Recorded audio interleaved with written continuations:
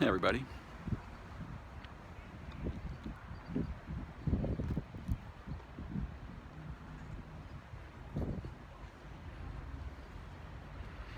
I'm here at the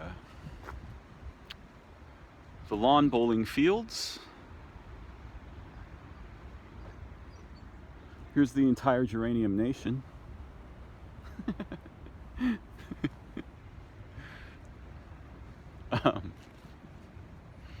And as you can see, just like ours, it's divided into right and left. But which one's right and which one's left depends on where you're standing.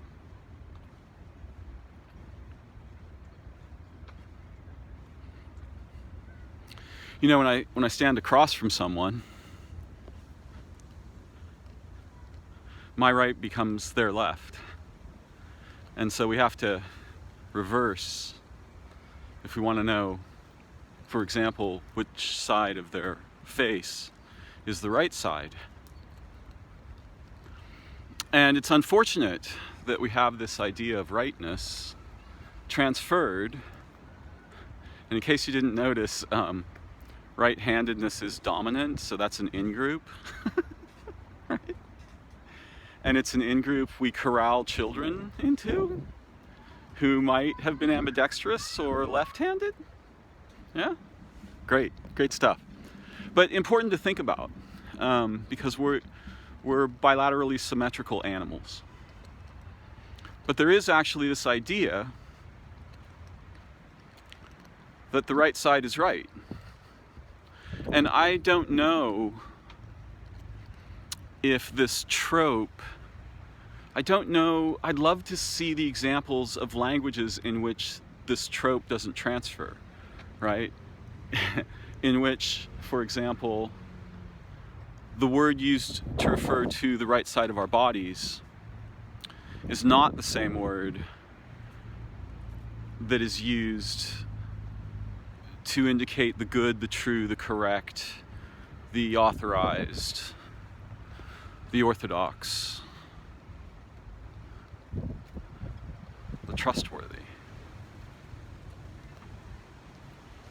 Now, if I'm standing beside someone, which is, for animals, far less confrontational in a general way than standing in front of them,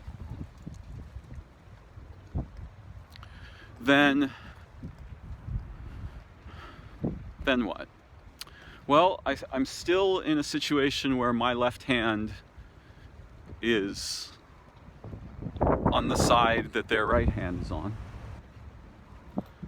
And if I'm on the other side, then my right hand is on the side their left hand is on.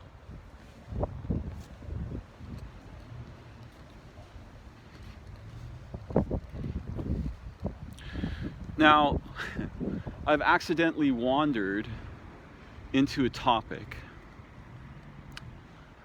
where the idea of good or true or correct has become involved. And it is part of my purpose to explore that.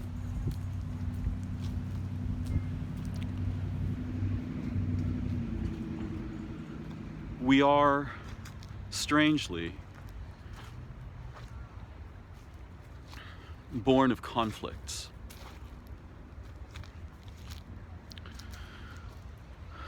Our bilateral symmetry is an adaptation to the circumstances evolutionarily and environmentally on Earth. And unless I miss my guess, here most complex organisms embody it. They're bilaterally symmetrical. They're mirror reflections, right? Each side of them is like a mirroring of the other side, presuming there are sides at all. We first must invoke the idea of sides before we become capable of awareness of symmetry. at least of conscious or linguistic awareness of it.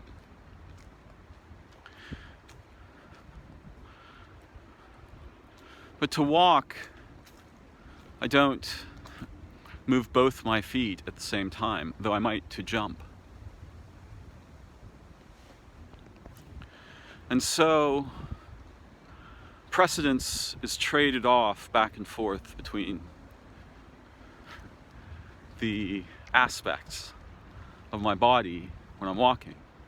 Now, we're so deeply divided, in a sense, though I think there's a much better word than divided.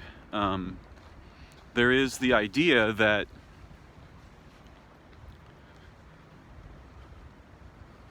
when two conflicting aspects are joined, there's a superposition above precedence of one or the other, from which otherwise impossible abilities obtain, or can be realized.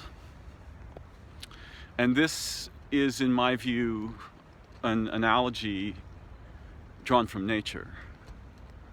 I think our people easily become confused and distracted by the idea of conflict, presuming erroneously and catastrophically that the goal of conflict is for one side to win. Well, the analogy of that in my body would be a stroke. One side wins, right? One has a stroke either on the right or left hemisphere. In many cases, they lose the capacity to move the opposite side of the body, which is what belongs to the hemisphere in question. If they have a stroke on the right hemisphere, they'll be likely to be able to continue to understand language and things and admit it. And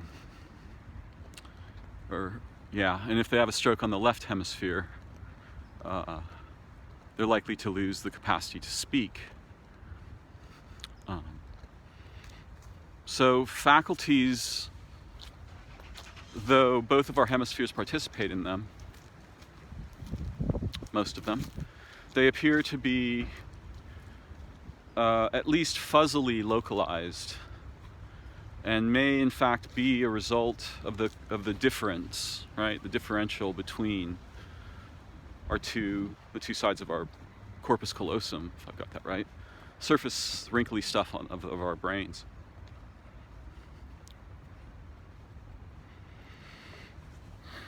But the idea of correctness is a bizarre idea when made explicit, and a useful principle, meaning it stays fuzzy and gets inflected by intuition and context and moment and surroundings and all kinds of factors that I could go on naming in a very tedious way for a long time.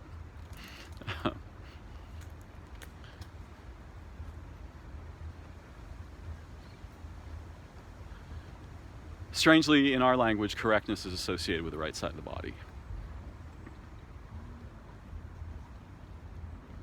And I suspect it's true in at least a few Western languages, if not broadly true.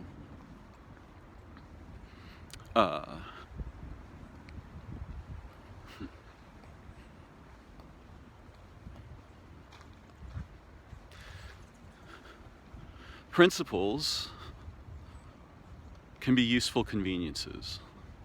Rules rob us of sensitivity and liberty. And we can even have self-ironizing rules, like everyone must have liberty.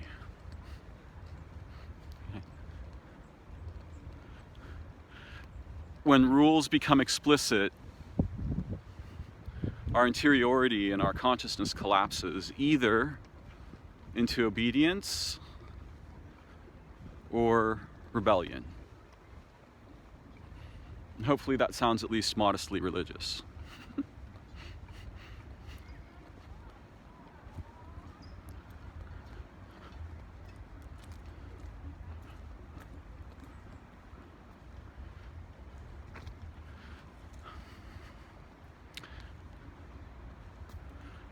Because we are creatures habituated to a usually relatively superficial relationship with language,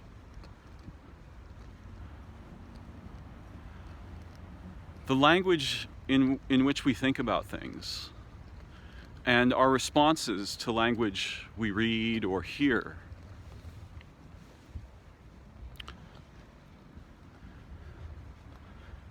produce an effect I'll refer to as framing, right? And in some cases, language can induce frame collapse. And I'll give you a toy-like example of that. But for anyone who's not inhabiting the position above the language, right, in which they, hopefully with awareness and intelligence, have a more selective and volitional relationship with language and its meanings and possibilities. And I'm referring to, 90% of people, maybe 70 at least. For them, language collapses the frame all the time. And so that means essentially they don't really have the opportunity to have something like a mind. And if language itself doesn't do it, then concepts do. And if that doesn't do it, then ideas do, right? It's really easy to collapse the incredible accessible superpositions of human consciousness down into these little concretized demon-like things that swarm about in populations and even in individuals, turning the possibility of the infinite degrees of freedom innate in our humanity and our capacity for consciousness, not merely consciousness, but self-consciousness, reflexive consciousness, consciousness of being conscious. And positions above that we have no way to talk about. We can only reach for and inhabit them. Our cultures, our experiences of rules and frameworks for validation, authorization, justification, all of these things have a framing effect on nearly everyone who is awake, in the sense of, not being physically asleep. And our dreaming each night is wrestling with that nemesis monster, right? It's wrestling with that metropolis of swarming frameworks and frames and concepts and ideas and identities, right? That's a tree, it's a woodpecker, this is wrong, this is right. And we simulate an internal courtroom because most of us were taught that that's how you figure out whether something's wrong or right. And if we weren't taught by the courtroom, we were taught by the book of the law, right? We were taught by the Bible, the Quran, the Talmud, the Tao Te Ching. We were taught by books in language, all of which are incredibly ambiguous and can be turned to almost any perspective you want to turn them, for nearly any purpose you wish to, including weaponizing them to become processes in human culture that continuously feed on the minds and lives of the beings they convert. where they do not, in fact, prosper or enlighten them. There are edge cases. It's not all bad. And that's one of the differences, between principles and rules.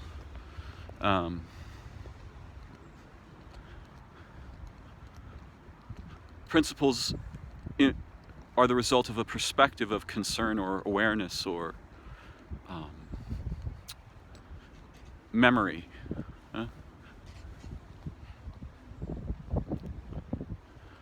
Rules are a different thing. They collapse the frame. So if you always obey a rule, well, this is where language gets complicated. One can't merely say rules are bad. What we can say is, if followed explicitly, they usually lead to self-contradiction and catastrophe. So a long time ago in Star Trek, when it was first on television in the 60s, and it was a big deal back then, because it was providing social commentary, however nostalgically naive some of it might seem today. It was a big deal back then. And Starfleet, which is the sort of Navy version of the Unified Federation of Planets, the good guys, so to speak, the right people. Anyway, they gave a captain a ship, and they said, look, you have to obey our directives until and unless you encounter a situation for which they're insufficient. So there was a principle, and there was a doorway out of it. Now that's an incredibly simplified and very collapsed frame, but it gives you an idea of, the difference between slavery and autonomy.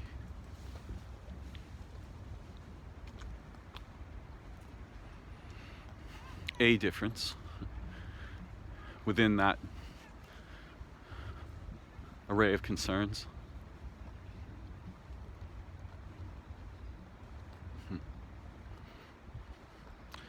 Do the right thing.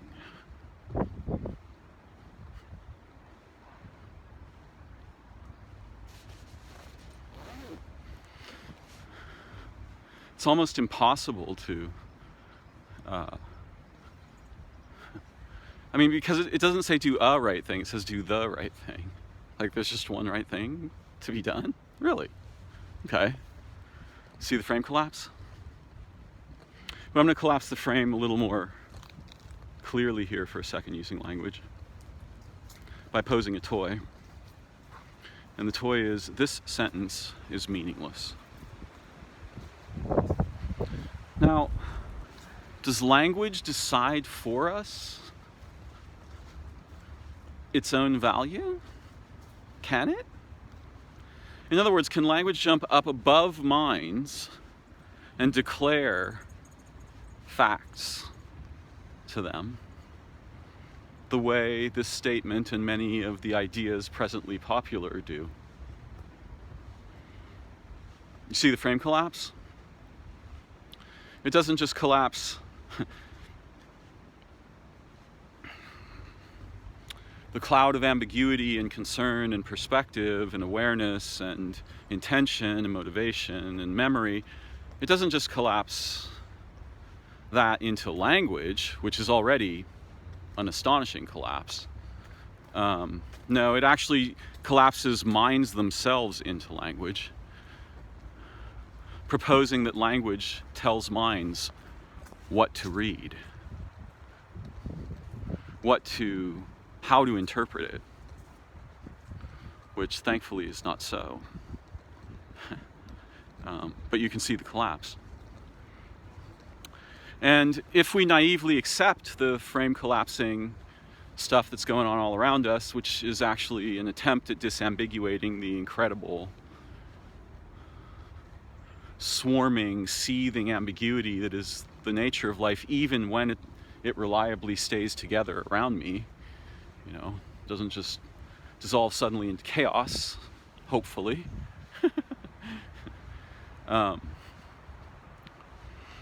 So that mess, that metropolis that the dreaming mind has to, you know,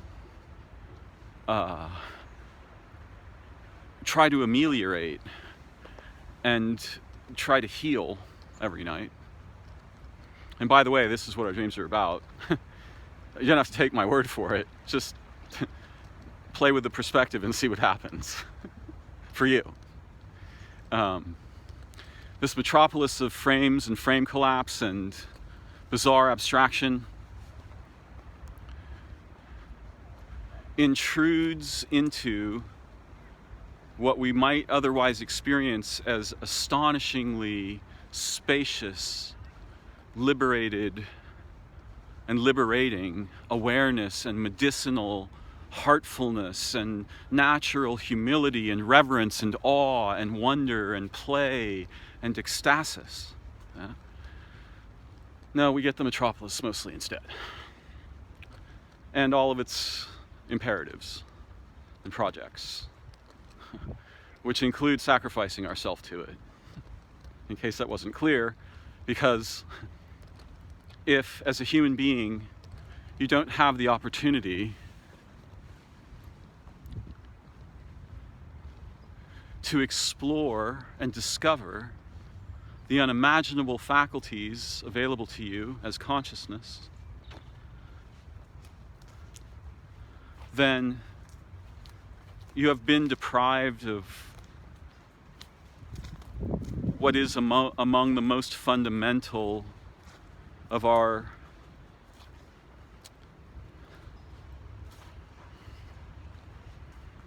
the essence. You know, we were being deprived of the fundamental essence, not merely of our nature as animals, but of our nature as human beings. So anything that can return a little bit of that liberty to us, authentically, is profoundly medicinal.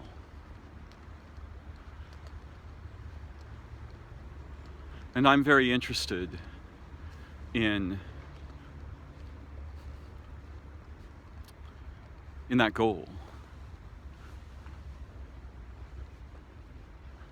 in that future, in this present moment.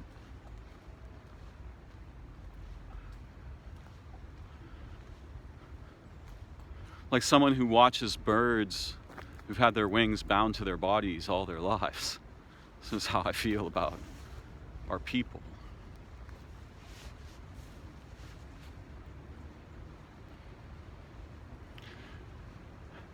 And many brave women and men throughout history have shared this vision and this passion, this intention. And some have succeeded, even though their voices are overwhelmed by the noise floor of a culture driven too easily by nothing other than the language we use to communicate. Well, I think most of the communication is pretending, and what really communicates is our bodies, that left-right thing, yeah? People use the right side of their face differently than they use the left side of their face in conversation. And so too in their body, with relating with other people in what we call body language. Really, it's as if there are three people: the right side person, the left side person, and the often neglected superposition above them that upon which they both depend and which they both transform and create together. And we can do something like this as individual humans. We can make these little superpositions.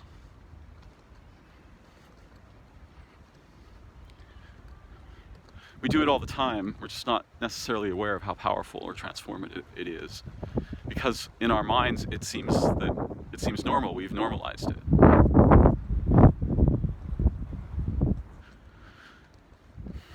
It's not normal.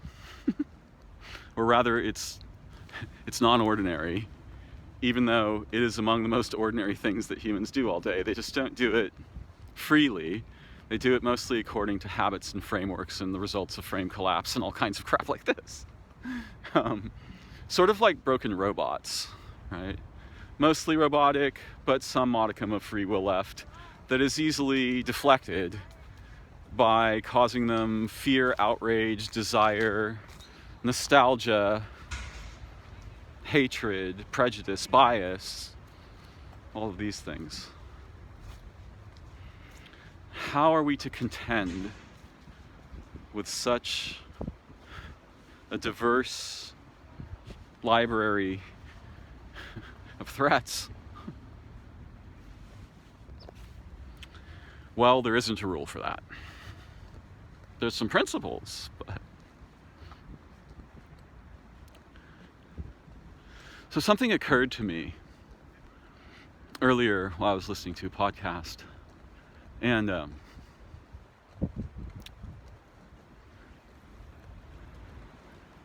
it's not my intention here to recommend or oppose any given religion. There's plenty of time for such conversations elsewhere. But we might be a little bit confused about certain documents that underlie at least the Abrahamic religions.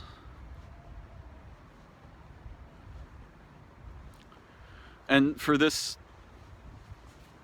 my purpose at the moment, I'm just going to talk about the Bible.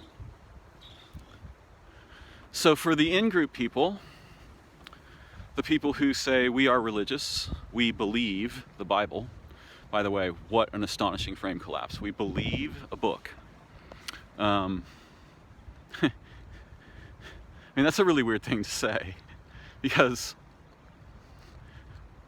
there's a lot of material in that book. And lots of it stands in stark contrast to other parts of it, and it would be very confusing if you took it as a book of laws, to put it mildly. But my goal here is just to notice that the in-group people revere the Bible, perhaps seeing it as the authorized word of the actual being that created the universe. Now, there's all kinds of complexity in there. It's not that that all those people just believe one thing. Some of them are capable of reading religious texts with a degree of detachment or curiosity or wonder or confusion, or some of them are capable of recognizing it as a inexplicable mystery, even though it's written down in language and so forth. So there's all kinds of interpretations over there. And then most of the other people will see the Bible primarily as something like a dangerous disease. And some people will see it as a kind of historical document. But what I want to suggest for a moment is that I get to select the frames I want to use in order to try to make the kinds of sense I'm looking for out of the existence of this incredibly bizarre, packet of pages. And it's a really puzzling one. I don't have to be religious to be concerned about the Bible. I don't have to be religious to be fascinated by the Bible. I can be partly religious. I can be religious in the morning and an atheist at night. I can do whatever I want with my awareness in relation to an artifact, particularly a historical artifact, a very complex artifact that has all kinds of properties that are fascinatingly amazing, even if I don't decide that this is the rule book, right? That's a frame collapse. So I'm going to keep an open frame for a moment above the Bible and talk very briefly about a couple of features of it that I find interesting. Now, I'm fascinated by the creation story, and I'm not going to delve too deeply into that, but to me that looks like the fragment of a lost array of books, and I have the suspicion that the Bible itself is a that there are books that were lost before it was constructed. And I think there's evidence in the Bible itself about this. So we may, in the very early stories, be looking at fragments of what were themselves once, entire books. And I suspect Genesis has this property. And there's all kinds of fascinating ways to think about Genesis. It's where the big accident happens, right? And humanity is, well, of course, people call it a sin or an error or whatever. And by the way, I just want to say, the idea of reading books that were written in Hebrew and English is ridiculous. I've done it.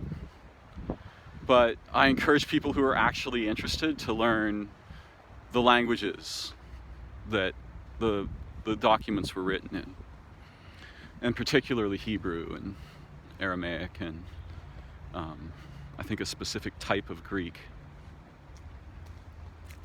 because there's no way to translate Hebrew into English. And if you really think the Bible's the Word of God, you should be reading it in Hebrew. In my view. But it's not a rule, it's a principle, right? Like, how will you understand? In Hebrew, single letters have meanings. I mean, they have numbers, they have complex entity, or they have complex interiority that changes when you put them together and stuff like this. It's really an astonishingly sophisticated and important to have an experience of language, because then you realize, like, oh, maybe there were a set of frame collapses over the evolution of language itself that led us to the mess we're in now with it, and that's certainly partly true.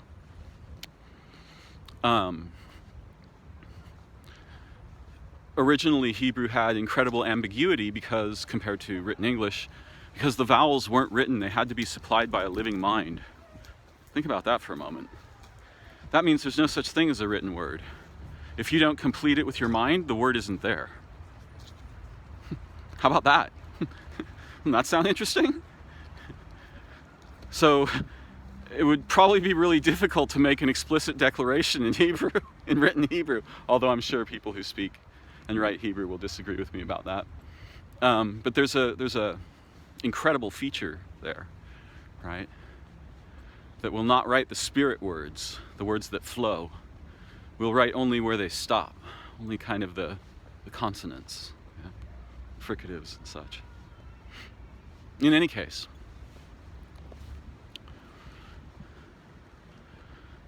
the big mess in Genesis happens, and we can think about this.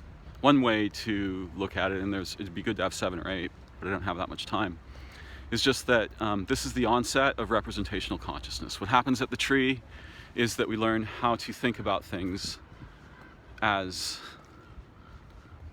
cut apart from one another. We got the knife in our mind that allowed us to distinguish. And that knife extinguishes unity first. And not just one kind of unity, but maybe 50 or 60 forms of unity that would otherwise leap forth to our awareness and consciousness. Once we begin the process of acquiring language and knowledge,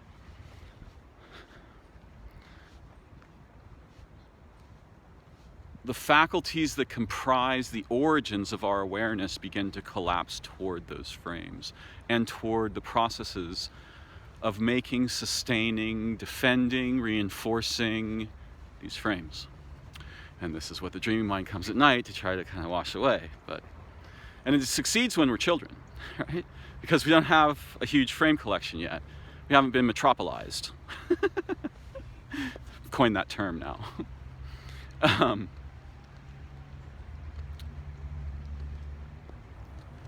So There's the tree event, which I've covered elsewhere and I'll cover again.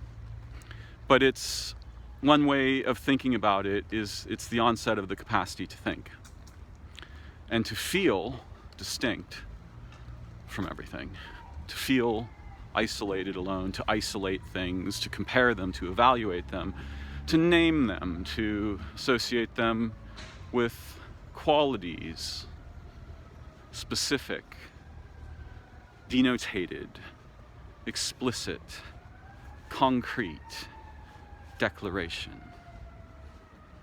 Total frame collapse into an artifact, a token, right? That's either a concept or a name or a taxonomy, so on.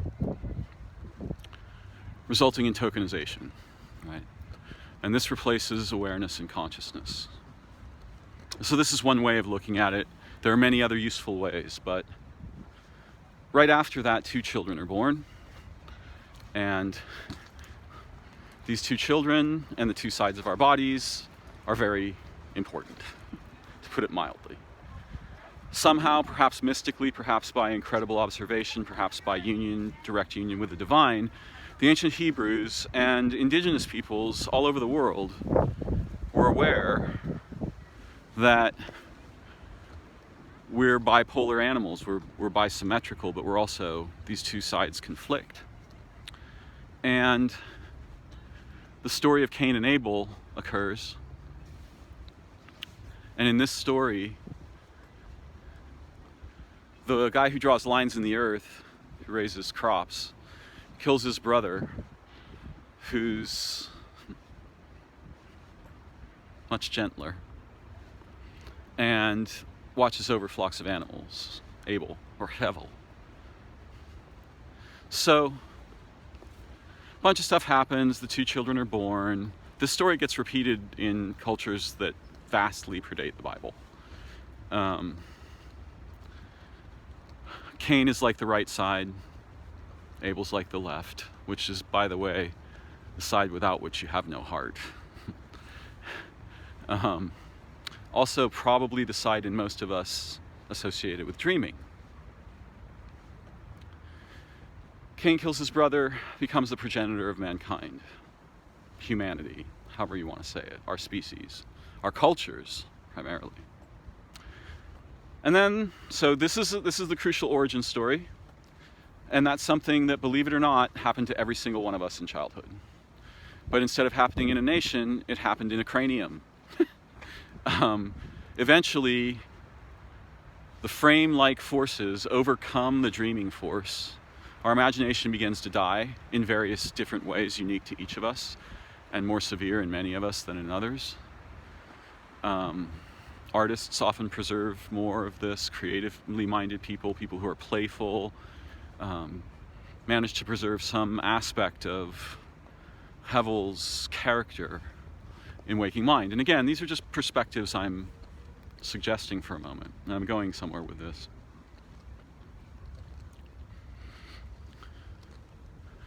So,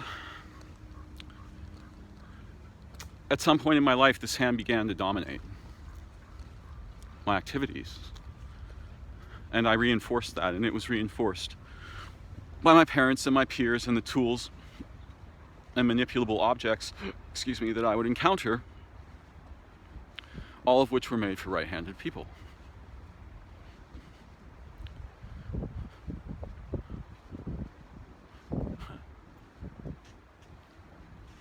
So if I'm allowed to form the frame above which I learn from the Bible, what I find is a record of the cognitive evolution of our species in chapters, right? I don't find a book of laws or rules. I don't necessarily learn a whole bunch about the divine, but I do learn about our people and our history. And the Bible's an infinite book. I mean, actually, most books are infinite books, but the Bible's an infinite book in a peculiar way. The nature of the mystery to which it refers absolutely resists disambiguation into declarations. Absolutely. language and concepts cannot encompass the mystery to which this book refers. Therefore, no interpretation seems authoritative to me. It's a mystery. It's a dream book from this perspective. Now, there's two things that aren't ordinarily noticed about the Bible that I've long been aware of. And the first is that it's a little bit like a children's book that shows the phases of development of the entire species over time, from a given array of concerns and perspectives. So it's like a book of hours for the lifespan of human beings. But there's another really interesting feature of it, and that means that each of those chapters have to do with phases in the development of humanity over time, or they can be read this way. And there's lots of interesting ways to read them. I just don't want us to think we have to either believe it or not, because that has nothing to do with the Bible. That has to do with humans doing bizarre cult-like behavior and having in-groups and out-groups and us's and them's. And those groups have some incredibly bizarre and catastrophically ignorant ideas and behaviors. Not all of them, but most of them. Martin, I love their acrobatic flight. It's incredible. So it can be seen as a book of hours, and it can also be seen as a book of hours for the life of a single human being. And again, from a particular array of concerns and perspectives. Not telling us what to expect or what is, but offering us parables and analogies and tropes with which we might gain some insight about the nature of being human. And then there's this weird third thing that I'll mention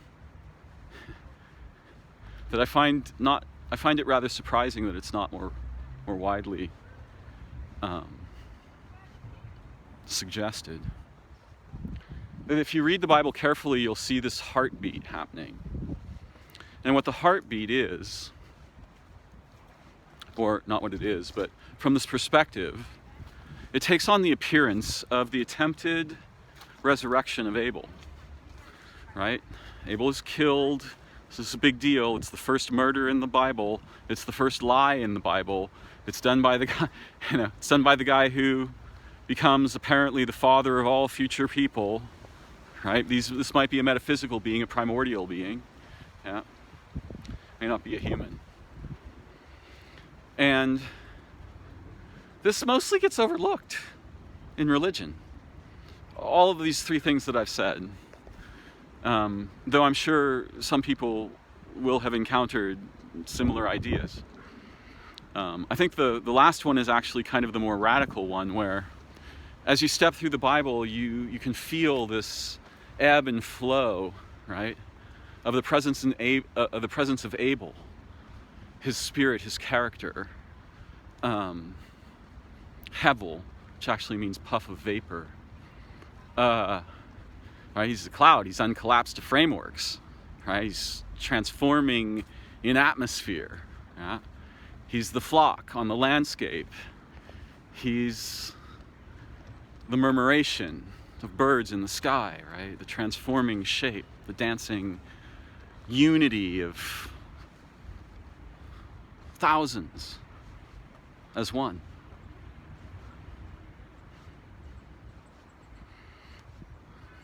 He's the superposition. He's the dreaming mind.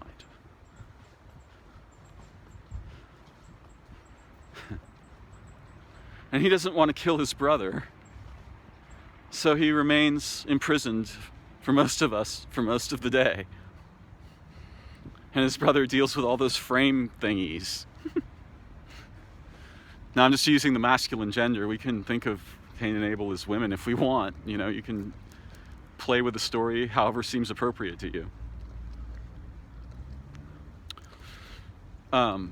But there's this pulse in the Bible of the emergence both of humans, men mostly, sometimes women, that either indirectly or quite directly represent Abel's character.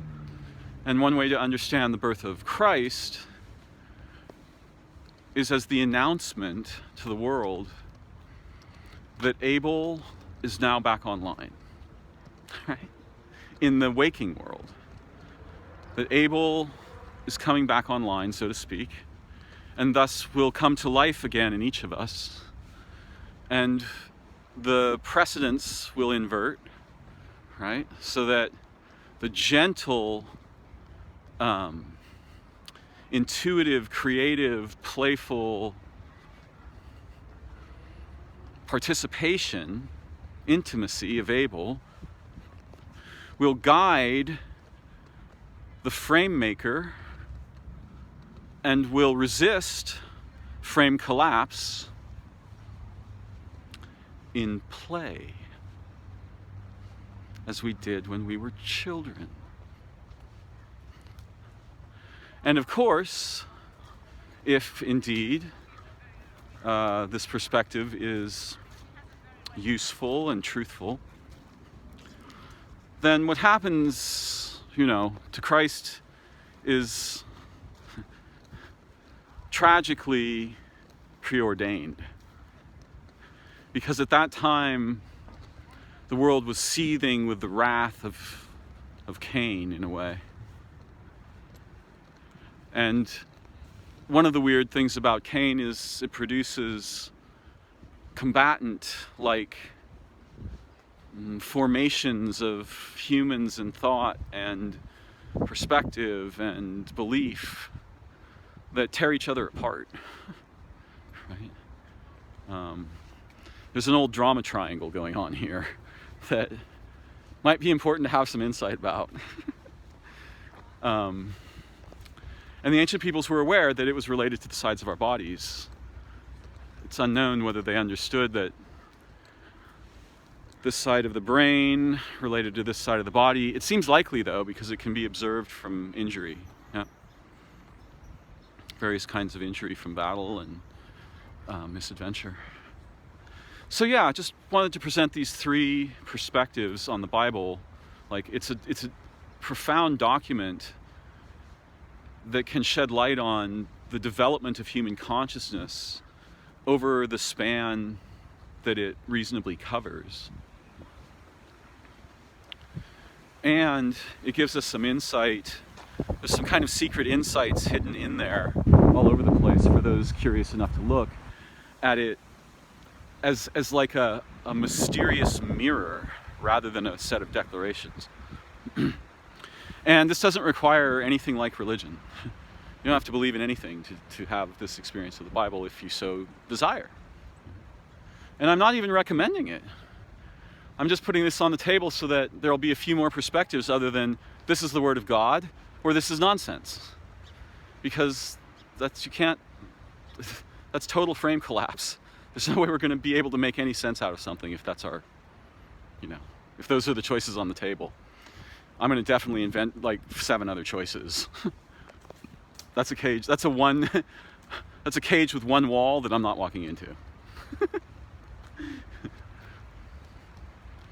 And I was just reflecting on the profundity of this, right? The heartbeat of the resurrection of Abel in the Bible.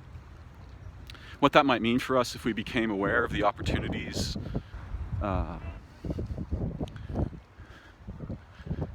therein infigured.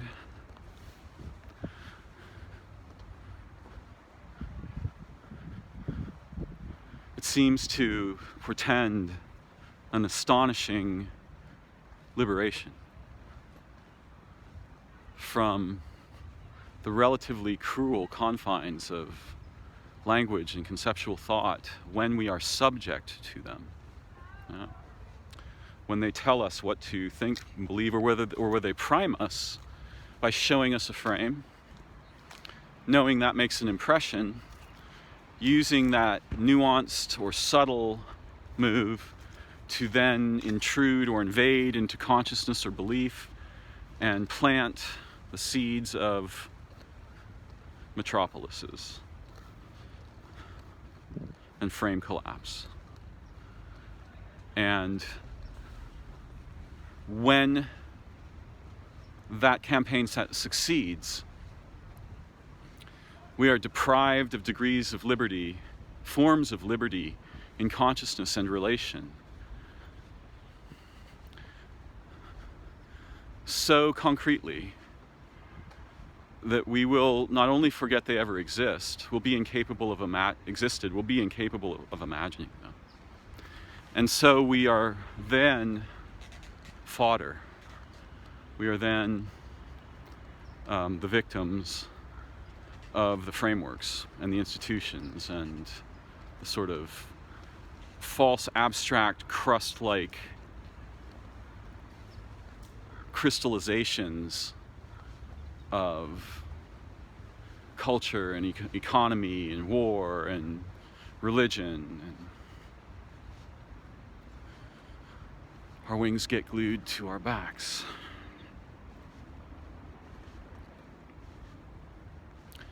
So yeah, this heartbeat fascinates me, and the Book of Hours fascinates me, because I know whether or not I can map the entire book onto my life in a way that makes sense, which I've never actually tried to do.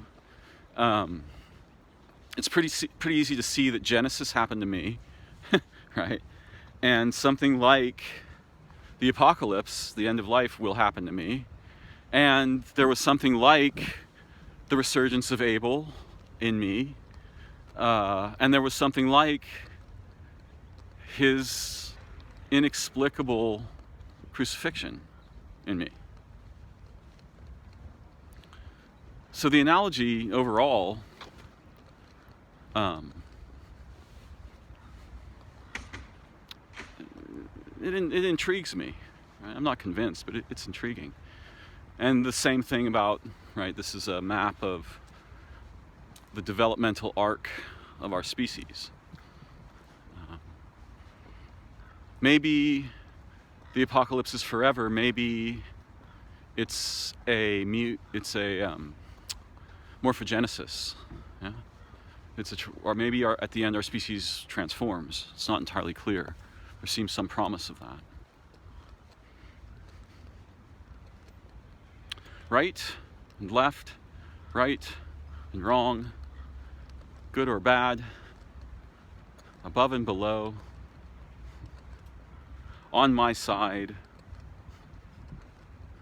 These figures in our language have priming energy. Yeah, they have priming effect. More so when we're unconscious of them, and differently when we're conscious of them. So these are my thoughts for the moment. I'm grateful to all my listeners, and I hope you derive something exciting or fascinating or useful from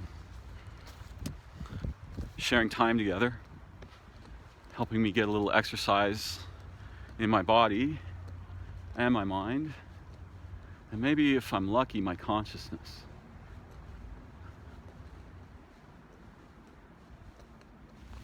Till next we meet.